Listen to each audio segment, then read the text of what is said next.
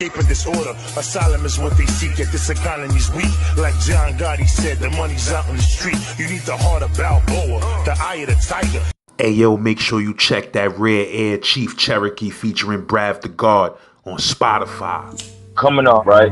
You know, I was in the streets, of course. You know, I was getting money. I was in the streets. I was selling drugs, was doing all that. You know what I'm saying? That was, you know, that's how I was making money.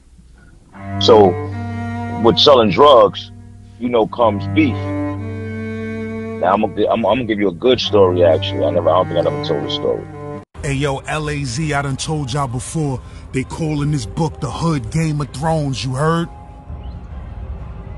It's called The Blood Sagas by Avery Brown. Shout out to the bro, Brooklyn in the building.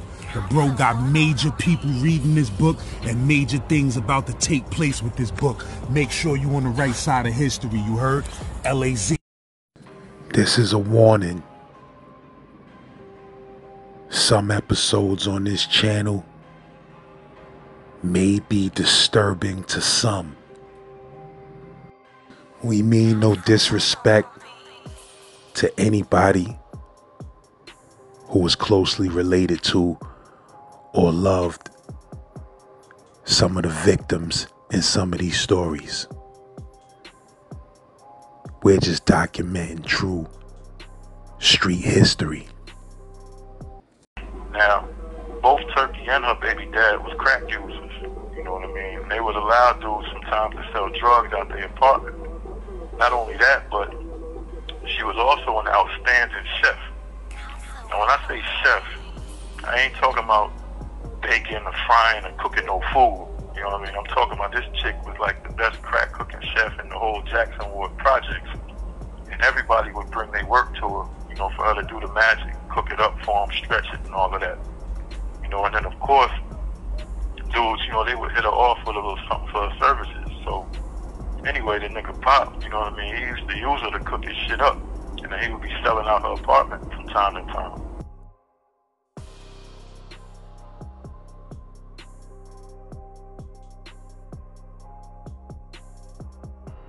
You ready? All right. Yes, sir. Alright, so before I get started, you know, I just want to take a second to thank everybody that donated to my Fresh Start initiative. You know what I mean? That shit means more to me than you're probably even aware of right now. You know, and I'm more than appreciative for every single dollar that's come in and for everyone that decided to make a contribution. You know, it definitely shows me how much y'all support a nigga trying to do the right thing on the comeback. And just so y'all know, you know, I'm going to continue to keep it open until I'm finally released. So if you haven't had a chance yet or, you know, want to continue to show support, please feel free to do so. Everything counts and every little bit helps. You know, all I'm asking for is a single dollar if you got it to spare. So hit up the Cash App, Truth Parker Fund, all one word, no spaces. I'll let your boy. Now with that being said, I'm going to go into this little story, man, about one of the most brazen and heinous, notorious, wildest, most violent events that ever took place in Richmond, Virginia history. This was in the mid-90s, you know what I mean, right around the time that I actually started coming out there regularly. I know a lot of folks is going to remember this because, you know, it was extremely high profile and really sad, to be honest. And not to mention, you know, it was committed by a dude who was also a native New Yorker, you know, from Flatbush, Brooklyn, actually. Who also, he came out to Richmond in the early 90s, you know, hustling, trying to get some money just like the rest of us at that time. You know, this happened to actually be, this was actually a local election year, too, for the governor's seat. And I'm only mentioning that because, you know, just like most other places, I'm sure, when those local races is in play, you know, that tough on crime act seems to go into effect extra heavy. And I think in this case, you know, even though it was super brutal and super high profile, it was kind of used as an example, you know, for the rest of us out there to imply that, you know, this is what we do to out-of-towners who come out to VA and commit these type of crimes. And I say that because dude wound up getting the death penalty. Now make no mistake about it, you know, if there ever was a crime that deserved the death penalty, oh, this was it, without a doubt. You know, and I always talk about how it was out here for dudes from up top. And, you know, just as I mentioned before, this was the era where Richmond, VA was like at the very, very top of the list nationwide for the most murders per capita. You understand what I'm saying? I mean, niggas was getting bodied out there left and right around this time. That's a fact. And I'm sure, you know, if you just want to do a little fact checking or whatever, hit the Google search up from the years like 93 through 98, 99, you'll see that Richmond continuously had one of the highest murder rates of any city in America at that time. And that's crazy as hell, you know, when you think about it, because, you know, Richmond is a small city for real, especially when you compare it to places like Chicago, Detroit, Baltimore, Philly, Houston, Newark, where I'm from, or any one of the 5 boroughs in New York City. You understand what I'm saying? It's a lot different now, though. What I mean is, you know, the murder rate has dropped tremendously over the years. Make no mistake about it. You know, I've been going a long time, but I still watch the news faithfully. Just about every day, you know, I still see bodies dropping on the regular, left and right out there. Some of the most recent headlines that y'all probably seen, though, I'm sure because it's been broadcasted all across the nation, with the shit like the high school graduation turning deadly into a shootout. With his high schooler, you know, just minutes after walking the stage getting his diploma, got murdered right in front of his pops, actually right with his pops, with his cap and gown still on, along with 5 others that was in attendance that got shot and wounded. You know, and that shit just happened a few months ago. And then out there too, in Newport News, you had this little 5-year-old first grader shoot his teacher in the chest, you know, right there in the classroom in front of all the other kids in there. She's lucky to still be alive. You understand what I'm saying? And I mean, the list goes on and on, man. I could go on for days about shit like that. The point I'm trying to make is, you know, besides the murderous and treacherous 90s that really put Richmond and other parts of VA on the map, shit still be jumping off to this day, you know. I suppose, though, the fact that the bigger cities like Chicago and Baltimore and the other places that I mentioned, you know, they really taking those numbers to new heights, though, you know, and they kind of surpassed the rates from which we thought was crazy high back in the day. You know, now the rates are just astronomical and through the roof, you know what I mean? And I could really only assume it's just going to get worse and worse before it gets any better. But anyway, man, this particular event that I'm referring to happened to jump off in 1994 in a housing project in Jackson Ward called Gilpin Court. Now, if you're unfamiliar, Jackson Ward, it happened to be the biggest project in Richmond. You know, probably the biggest project in the whole state of VA, to be honest. You know, I used to could travel straight down Chamberlain Ave, where I used to do all my hustling at the time, all the way to where it changes over to Belvedere Street, and then veer off to my left, you know, and I could pull right into the backside of Gilpin Court and travel all the way through it, you know, onto the rest of Jackson Ward. I'm talking about no more than like 10 minutes away from where I had my spot set up. You know, it was a dude out there named Christopher Goins, you know, and like I mentioned earlier, dude was from Brooklyn originally. You know, he was probably about 20 years old at the time, you know, only like a year or so older than me. And he was out there in Gilpin Court, you know, getting his little hustling on, slinging crack. That's where he chose to set up shop at. You know, and he would travel back up to New York, you know, get his work and bring it back down to VA, cook it up, hit the block, serve fiends out there, you know, on some hand-to-hand shit. So he really wasn't no big money kingpin type dude and nothing like that, but, you know, anybody that's familiar with the game know, you know, back then you could break down a couple ounces and make a nice profit for yourself, you know, especially dealing with 20s and dimes and shit like that. So that's basically what he was doing. Now, anybody that knew Chris, you know, called him Pop. That's just what he went by, you know, what he liked to be called. So for the sake of the story, that's what I'm going to use. And out of respect for all his victims and survivors, I ain't going to mention none of their names either if I could help it, you know, because the story's about to get real crazy in a minute. So anyway, you know, Pops was a cool nigga for the most part, you know what I mean? He didn't really make a whole lot of enemies like that. He wasn't really with all the rah-rah shit and the smoke and all of that either. You know, although a lot of the dudes that was around him at the time was, you know, this, and they was all the way with the shit, you know, at all times, for real. So it was really surprising to me, you know, to hear about and find out all the circumstances of what actually took place with him and what transpired and went down. And even though, you know, a whole lot of stories and accusations and lies came out during and after the fact, I could really only assume that the only people that truly know for a fact what went down is the people that was actually there. And unfortunately, most of all of them is dead. But I'm gonna get to that in a second, though.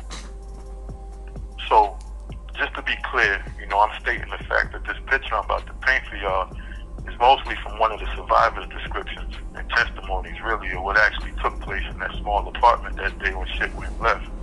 And when I say went left, I'm talking all the way left field, on some foul, barbaric type shit. You know what I mean? On the real, man, this ain't even really the type of story I like telling or talking about, but it's definitely a part of Virginia crime history. So, being the hood journalist and documentarian I am, I'm gonna go ahead and bring this shit to you, lads, because ain't nobody else gonna be able to get this type of shit out of me but you. That's real talk. So, as I said, Pop was a crack dealer in the project. And for the most part, he was getting all his work from up top. And he would bring it down, he'd cook it up, he'd hit the block, turn around, do it all over again. Much like most of us up top dudes was doing in the city at that time. And he actually used to ride the Amtrak and the Greyhound to do his trafficking. And he wound up actually catching the case one time, stepping off the train. Very much like the story that I told you before about my guy Batman from Queensbridge. Personally, I ain't never really liked that public transportation shit. I always felt a lot safer traveling in my own vehicle, hitting the highway. But, for what it's worth, a lot of niggas rode them trains and buses at that time. Pop happened to be one of them. So yeah, he wound up getting bagged up with a couple ounces. They locked him up, gave him a bail, he paid for it, and he was back out in the projects doing his thing all over again, just like nothing ever happened. What's crazy is, he would never actually get to face any of those charges in court because, of what would transpire a few months later. So the short version of the story is, Pops did some wild ass crazy shit, right? He wound up going on the run for it, fleeing back to New York. And his face was shown on America's Most Wanted or whatever. And he wound up getting caught in Brooklyn. And he ended up, being sent back to VA and fighting his case. They was pushing for the death penalty. And then he ultimately lost his case, and sat on death row. And then he got executed by the state a few years later. That's basically the gist of it all. But you already know I'm going to break it all down so you can really get a better understanding of everything that took place. So, there was this chick, out there in the projects who we all called Turkey. And Turkey, she had a whole family of little kids. 3 daughters, 2 sons, all ranging in the ages from 14 down to 18 months. And then she had a baby daddy too, and they all was living in a little apartment together in Gilpin Court. Now, both Turkey and her baby dad was crack users, you know what I mean? They would allow dudes sometimes to sell drugs out their apartment. Not only that, but she was also an outstanding chef.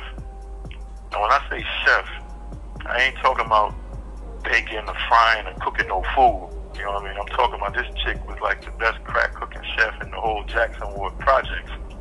And everybody would bring their work to her, for her to do the magic, cook it up for them, stretch it, and all of that.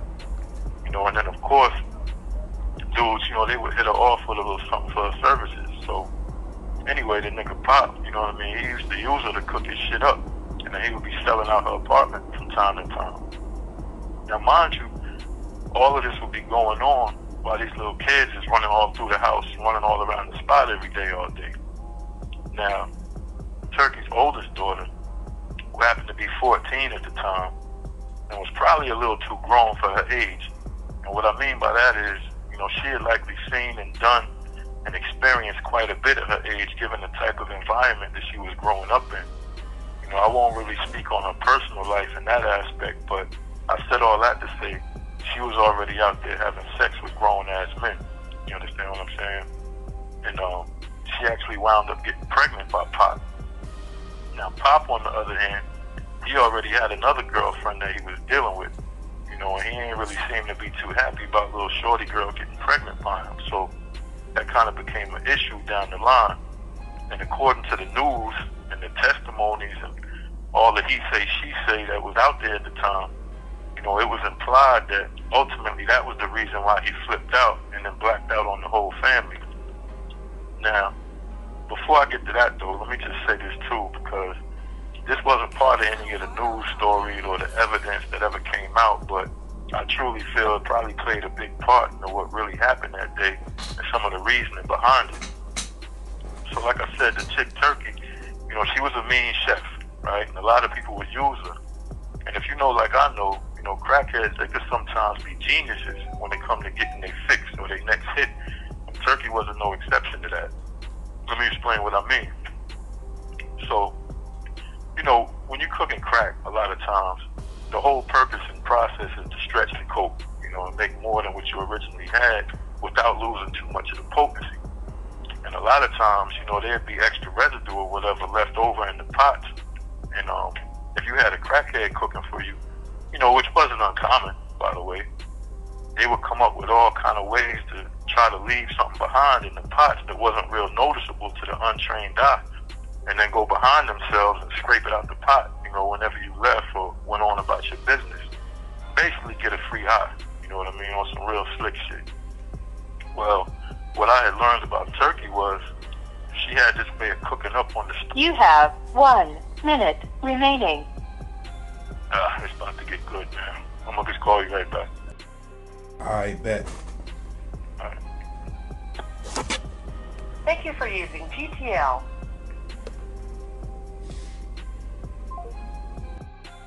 Alright. So yeah, what I had learned about Turkey was she had this way of cooking up on the stove and then transferring the pot over to the sink. And however she would be working it or whipping it up or whatever, she would make some of the coke drop down the drain in the sink and into this little glass mayonnaise jar that she had fitted onto a little drainage pipe somehow underneath the cabinet. Whoever she happened to be cooking for at the time, they wouldn't even know or realize that she was catching a few extra grams on the slide. And this would be on top of what dudes would be paying her for her services. So really and truly, she was coming off almost every time she cooked. And niggas ain't even know it.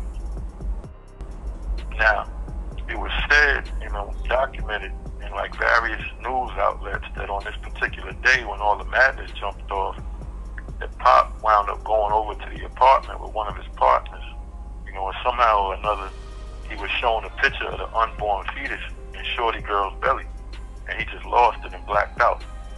And a lot of the testimony during this trial kind of painted that picture too. But, I always suspected that it was probably a little more to it than that, because it was also said, it wasn't documented that on this particular day, Pop and his homeboy, they caught Turkey trying to be slick with the coke.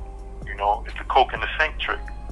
And along with all the underlying tension that they already had, concerning him knocking up her 14-year-old daughter, who now happened to be 7 months pregnant, I think that was really what drove him over the edge to do the wild, crazy, stupid ass shit he did. That's just my opinion though. But what happened next would turn into like a massive, violent, bloody massacre murder scene, that would spiral way out of control. So as the story goes, Pop started exchanging words with Turkey in the kitchen. Now mind you, the whole family is in the house at this time. The kids is running around and shit like that. And it's Pop and his homeboy in there arguing with Turkey. All of a sudden shots start ringing off and popping off. Turkey gets shot 4 times, twice in the head, and she dies instantly right there in the kitchen. Then, the baby daddy, he's killed right there in the hallway adjacent to the kitchen with 9 shots.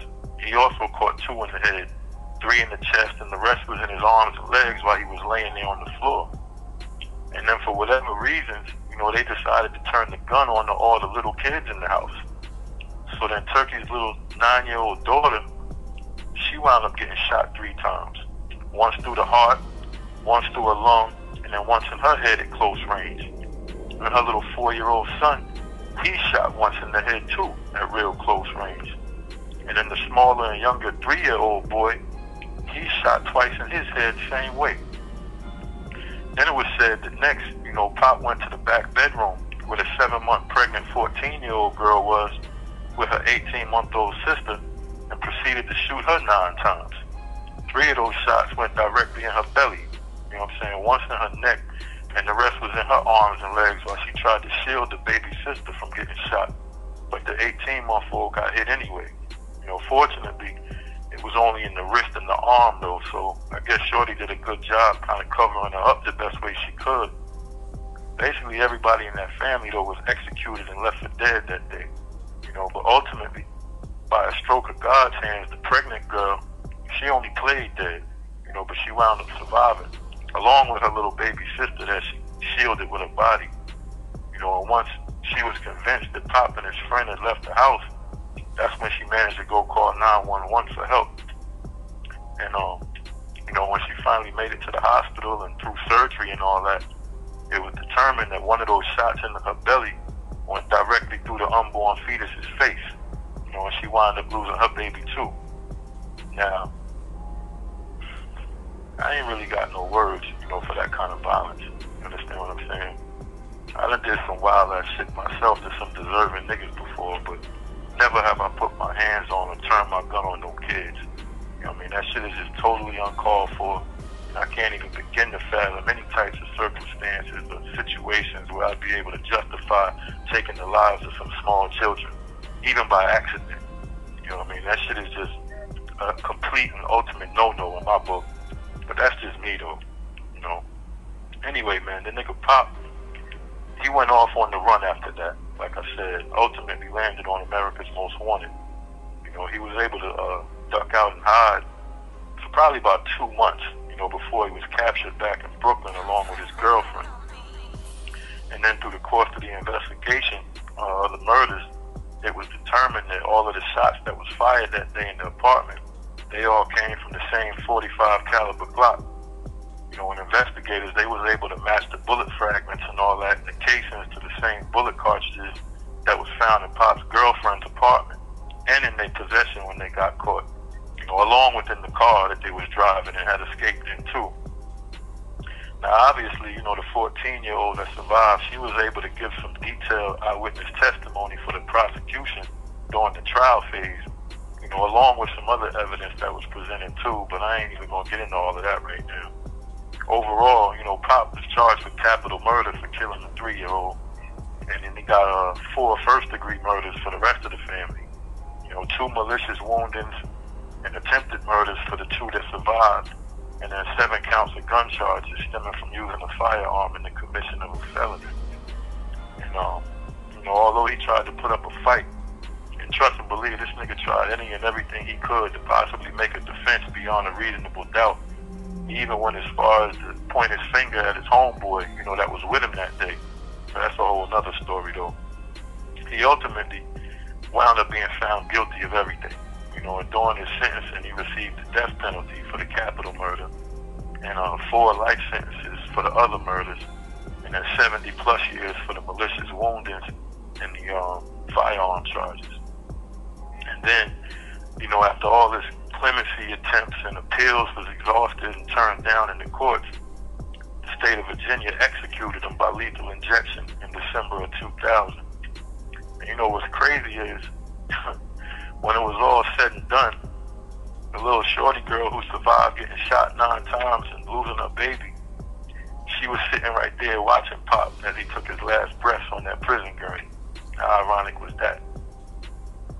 Anyway, man, this is a sad but, you know, really true story, unfortunately, and that shit rocked Jackson Ward and the whole Richmond city itself to the core when it happened. You know, I could actually remember certain hardcore street criminal gangster niggas on some vigilante type shit, you know, claiming to be looking for Pop, saying what they was going to do to him if they caught up with him in retaliation for killing all those kids. You know, niggas was really out and about on the prowl. And I'm more than sure, you know, had he not made it out the city and then finally got apprehended, that somebody was going to do him dirty, you know, and serve him street justice. I'm more than sure of that. So as it turns out, you know, his girlfriend that he got caught with, she also wound up getting like 8 or 9 years too, behind helping him get away, and then some other shit that was tied to the case. And then his partner that was with him at the time of the killings, he actually wound up having all his charges dropped. But he also wound up getting shot in his head too shortly after the trial was over. You know, he survived though, but he's fucked up for life. And in all honesty, you know, I don't even know if that was for retaliation for being with Pop when all the shit went down, as if he was like an accomplice or participant or whatever, or simply for the fact that he testified against Pop, because they actually wound up pointing the fingers at each other during the trial. Either way, man, I guess it was just some form of karma, you know. But that's all I'm gonna say about that, though. Rest in peace to all them kids, you know, that lost their lives that day, because they ain't deserve that shit by no means. So, at the end of the day, man, I think the moral here has got to be something to the effect of no women, no kids. You know what I mean? Scarface said that shit best. You gotta have some kind of morals and code about yourself when you out here doing that dirt, man. Especially when it comes to putting down the murder game. You know, shit like this is just totally unjustified, uncalled for, and unacceptable, no matter how you look at it. You know, it's hard for me to even try and figure out where a nigga head was at in that moment. You know, or to even believe that a nigga heart is just that cold or that frozen. You know, that shit is ridiculous.